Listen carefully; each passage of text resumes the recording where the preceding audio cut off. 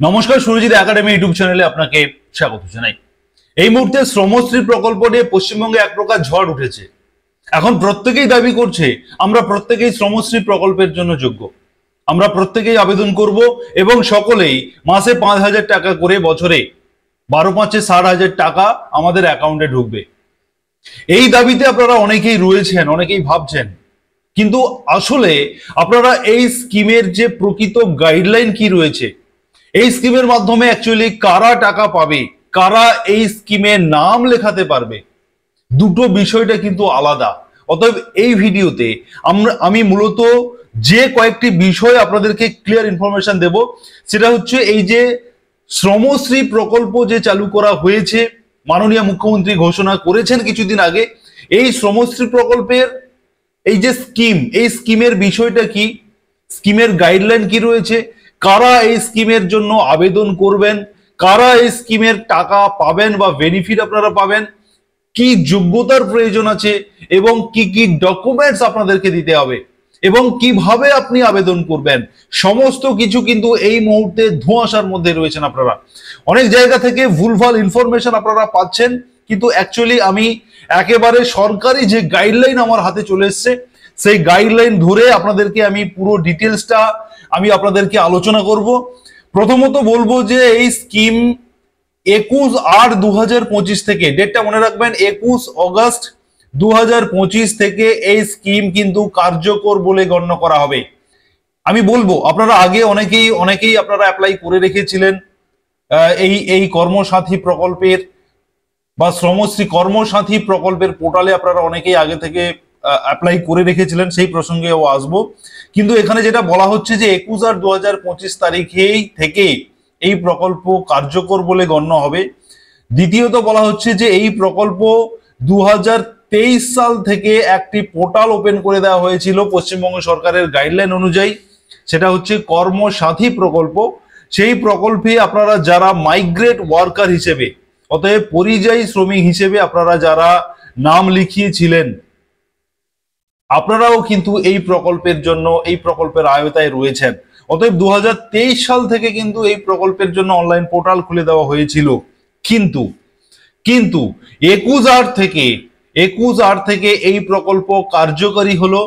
এই প্রকল্পের যে বেনিফিট ঘোষণা করা হয়েছে, সেই বেনিফিট আপনারা পাবেন 21/8 থেকে। এবারে আমি আপনাদেরকে যেটা বলবো যে এই প্রকল্পের বেনিফিট পেতে গেলে আপনাদের যে যে যোগ্যতার প্রয়োজন রয়েছে, প্রথমত হচ্ছে যোগ্যতা। আপনারা অনেকে ভাবছেন যে আমি বাইরে কাজ করতে যাই, পশ্চিমবঙ্গের বাইরে কাজ করতে যাই, তার মানেই আমি এই প্রকল্পের সুবিধার জন্য যোগ্য, এমন বিষয়টা কিন্তু নয়। অনেকে আবার ভাবছেন যে আমি আগে কাজ করতে যেতাম, এখন আর যাই না, এখন বাড়িতেই থাকছি, আমি এই প্রকল্পের জন্য যোগ্য। আবার অনেকে ভাবছেন যে আমি এই মুহূর্তে কিছুদিনের জন্য বাড়ির বাইরে চলে যাই, কিছুদিনের জন্য গা ঢাকা দিয়ে দিই, তারপরে এসে বলবো যে আমি কেরালা থেকে এলাম, কি আমি চেন্নাই থেকে এলাম, বা আমি অন্য কোনো স্টেট থেকে কাজ করে ফিরলাম। এরকম কিছু কিন্তু ছলনা শুরু হয়ে গেছে ইতিমধ্যে। এই প্রকল্প মাননীয় মুখ্যমন্ত্রী ঘোষণা করে দেওয়ার পর থেকেই এইসব গল্প কিন্তু চলছে। কিন্তু আসলে বিষয়টা হচ্ছে তা নয়।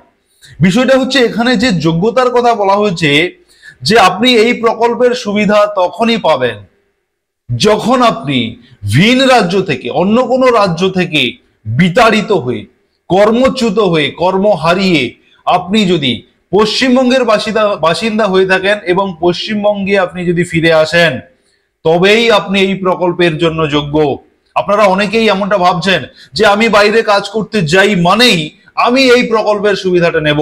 হ্যাঁ, আপনি বিদেশে কাজ করতে যান কিংবা বাইরের কোনো স্টেটে কাজ করতে যান, আপনি অ্যাজ এ মাইগ্রেট ওয়ার্কার হিসেবে আপনি এই প্রকল্পে নাম নথিভুক্ত করতে পারবেন, রেজিস্টার করতে পারবেন, আপনার নামটা থাকবে রেজিস্টারে।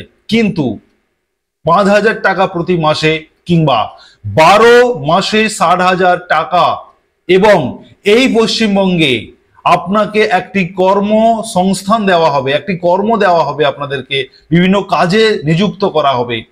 তখনই যদি আপনি বাইরে কাজ করতেন, মানে ভিন রাজ্যে বা দেশে বিদেশে কাজ করতেন, সেখান থেকে আপনি বিতাড়িত হয়ে যদি ফিরে আসেন, কর্মচ্যুত হয়ে যদি ফিরে আসেন, তবেই আপনি এই প্রকল্পের সুবিধা পাবেন। এবারে আপনারা অনেকেই মনে করছেন যে আমি এই প্রকল্পের সুবিধার জন্য কিছুদিনের জন্য বাড়ি চলে যাই, গিয়ে বলবো যে আমি ওখান থেকে বিতাড়িত হয়ে কর্ম হারিয়ে ফিরেছি, অতএব আমাকে এই প্রকল্পের সুবিধা দেওয়া হোক। বিষয়টা কিন্তু তা নয়। এখানে বিষয়টা হচ্ছে যে আপনি কর্মচ্যুত হয়ে যদি ফিরে আসেন বাড়িতে এবং আপনি যদি এই প্রকল্পের সুবিধা নিতে চান, তাহলে আপনাকে 1 বছর পর্যন্ত বাড়িতে বসে থাকতে হবে এবং বসে থেকে আপনি 5,000 টাকা করে বেনিফিট পাবেন। অতএব 60,000 টাকা আপনি পাবেন বছরে। আবার আপনি ভাবছেন যে এই টাকাটা নিয়ে নেওয়ার পরে আমি আবার বাইরে কাজে চলে যাব, এরকম যদি ভেবে থাকেন তাহলে কিন্তু আখের লস আপনার হবে। কারণ আপনি যখন বাইরে কাজ করতেন তখন হয়তো আপনি মাসে 20,000 30,000 টাকা করে ইনকাম করতেন, আর এখানে 5,000 টাকার জন্য আপনি 1 বছর বাড়িতে বসে থাকবেন, এই বিষয়টাও ভাবনা রয়েছে। আবার এই 1 বছরের মধ্যে যে আপনার কাজ বলা হয়েছে যে 1 বছরের মধ্যে আপনাকে উৎকর্ষ বাংলার আয়তায় নিয়ে এসে বিভিন্ন ট্রেনিং প্রোগ্রাম, বিভিন্ন স্কিল দিয়ে ট্রেনিং দিয়ে আপনাকে আপনার যোগ্যতা অনুযায়ী কাজে নিযুক্ত করা হবে। সেটা 1 বছরের মধ্যে সম্ভব হবে কিনা কিংবা তার থেকে আরো বেশি সময় লাগবে, আপনি কতদিন বাড়িতে বসে থাকবেন এই 5,000 টাকার জন্য। অতএব এতগুলো বিষয় কিন্তু রয়েছে। অতএব স্কিম গাইডলাইন অনুযায়ী পরিষ্কার বলা হচ্ছে আপনি যদি বিতাড়িত হয়ে কর্মচ্যুত হয়ে এই বাংলায় ফিরে আসেন তবেই আপনি এই প্রকল্পের সুবিধা পাবেন। এবং এই বাংলায় আপনার আধার কার্ড এবং এপিক কার্ড মানে ভোটার আইডি কার্ড থাকলেই, এই দুটো ডকুমেন্টস আপনি পশ্চিমবঙ্গ ঠিকানায় আপনার এপিক ভোটার কার্ড রয়েছে, আধার কার্ড রয়েছে, তাহলেই আপনি যোগ্য। অতএব এই দুটি যোগ্যতা রয়েছে, যোগ্যতার মাপকাঠি রয়েছে। আরেকটা বিষয় যেটা বলা হচ্ছে যে আপনার বাবা মার আধার কার্ড বা কোনো দলিল থাকলেও আপনি এই প্রকল্পে আবেদন করতে পারবেন। এবং পশ্চিমবঙ্গের বাইরে কর্মসংস্থান যদি প্রমাণ দেওয়া আপনার পক্ষে সম্ভব হয় যে আপনি পশ্চিমবঙ্গের বাইরে কোথাও একটা কাজ করতেন, তার যদি কোনো প্রমাণ থাকে তবে দেবেন, না থাকলে অসুবিধা নেই, এবং ব্যাংকের অ্যাকাউন্ট দিতে হবে। অতএব এটাই হচ্ছে মূল বিষয় এই স্কিম গাইডলাইন অনুযায়ী। আপনারা যারা অনেকেই তিড়িং বিড়িং করে লাফাচ্ছেন যে এই 5,000 টাকা করে মেরে নেবো প্রতি মাসে, 60,000 টাকা হয়ে যাবে, তারপরে যা হয় হবে, বিষয়টা কিন্তু তা নয়। যদি সঠিকভাবে মনিটরিং হয় এই প্রকল্প বিষয়ে, তাহলে কিন্তু শুধুমাত্র তারাই পাবেন যারা বিতাড়িত হয়ে কর্মচ্যুত হয়ে বাংলায় ফিরছেন ভিন রাজ্য থেকে বা বিদেশ থেকে, তাদের জন্য কিন্তু এই প্রকল্প। এবারে আমি আপনাদেরকে বলে দেবো যে এই স্কিম গাইডলাইনে এই প্রকল্পে আবেদনের জন্য আপনারা কোনো অফলাইন নয়, আপনারা সরাসরি অনলাইনে আপনারা আবেদন করতে পারবেন। মনে রাখবেন, যারা আপনারা আবেদন করতে চাইছেন আপনারা অনলাইনের মাধ্যমে আবেদন করতে পারবেন। অনলাইন পোর্টালের নাম দেওয়া হয়েছে যে কর্মসাথী PS মানে পরিযায়ী শ্রমিক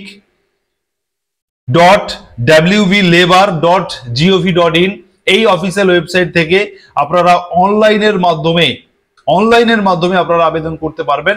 তবে আবেদন করে দেওয়া মানেই টাকা পেয়ে যাওয়া এমন বিষয়টা নয়। এখানে পরিষ্কার বলা হচ্ছে যে আবেদন করার পরেই আপনার আবেদন নির্দিষ্ট যারা কর্তৃপক্ষ রয়েছেন, যারা এই বিষয়টাকে দেখভাল করছেন, তারা বিচার বিবেচনা করবেন, খতিয়ে দেখবেন, সার্ভে করে দেখবেন বা ইনকোয়ারি করে দেখবেন যে আপনি প্রকৃত যোগ্য কিনা, আপনি প্রকৃত বিদেশে থাকতেন কিনা বা বাইরের রাজ্যে থাকতেন কিনা, অন্য কোন রাজ্য থেকে আপনি বিতাড়িত হয়ে ফিরেছেন কিনা, সমস্ত কিছু খতিয়ে দেখা হবে, জানা হবে, তারপরে কিন্তু আপনি এই প্রকল্পের সুবিধা পাবেন।